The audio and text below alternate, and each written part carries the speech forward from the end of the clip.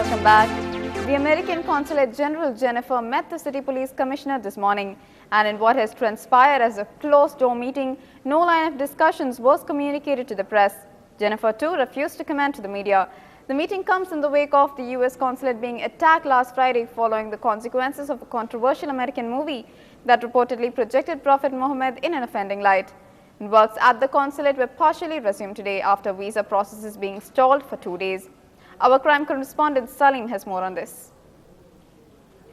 The American Consul General in Chennai, Jennifer, met the Chennai Police Commissioner George at the Chennai Police Commissioner office in Egmore at around 11:45 this morning. It was a closed-door meeting for about 30 minutes. The line of discussion was not communicated to the press. When the media approached Jennifer, she refused to talk to the media.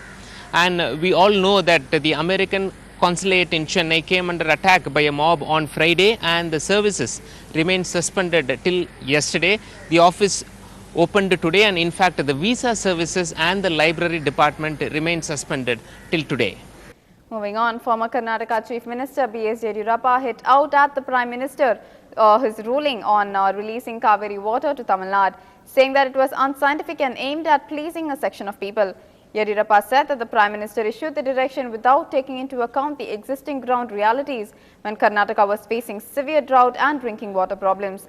Coming down heavily on state Congress leaders, Yediyurappa stated that union ministers and opposition leader in State Assembly, Siddaramaiah, failed to convince Singh. I want a straight question to Siddaramaiah ji, why you left Delhi and come back to Bangalore? Because you know very well that Pradhan Manmohan Singh ji is going to give trouble to us, and when there is no water in our reservoir, how can you give the water? Sri Lankan President Mahinda Rajapaksa is scheduled to meet Prime Minister Manmohan Singh over dinner in New Delhi, and also President Pranab Mukherjee a little later. He is expected to raise the issue of recent attacks on Sri Lankans in Tamil Nadu with the Prime Minister, while India will press for Tamil's rights and a reconciliation process. Later, he will head to Sanchi to inaugurate a Buddhist university amidst protests. In another scene, nearly half a dozen MTMK protesters, supporters opposing the scheduled visit of Sri Lankan President to Madhya Pradesh were detained at Salamatpur near Sanchi as a precautionary measure after police got suspicious about their movement.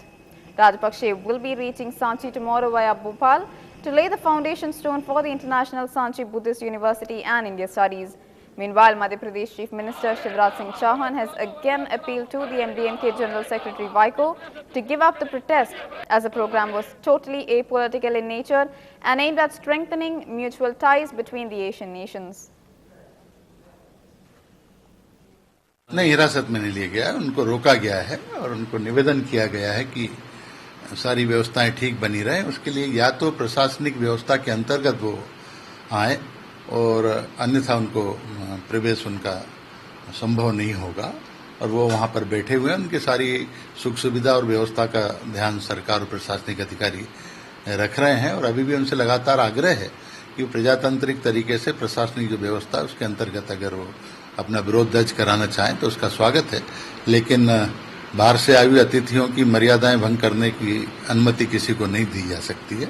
On to the coal block allocation case, continuing scrutiny of coal blocks which failed to meet development timelines.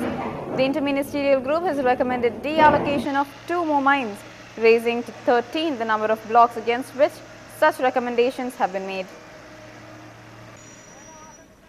The Central Vigilance Commission has said that the CBI was probing the alleged irregularities in coal block allocation in an independent manner, and that there was no pressure on the investigating agency. Vigilance Commissioner of the country's top anti-corruption body, M. Garg, said that the allegations of biasness against the CBI will keep on coming.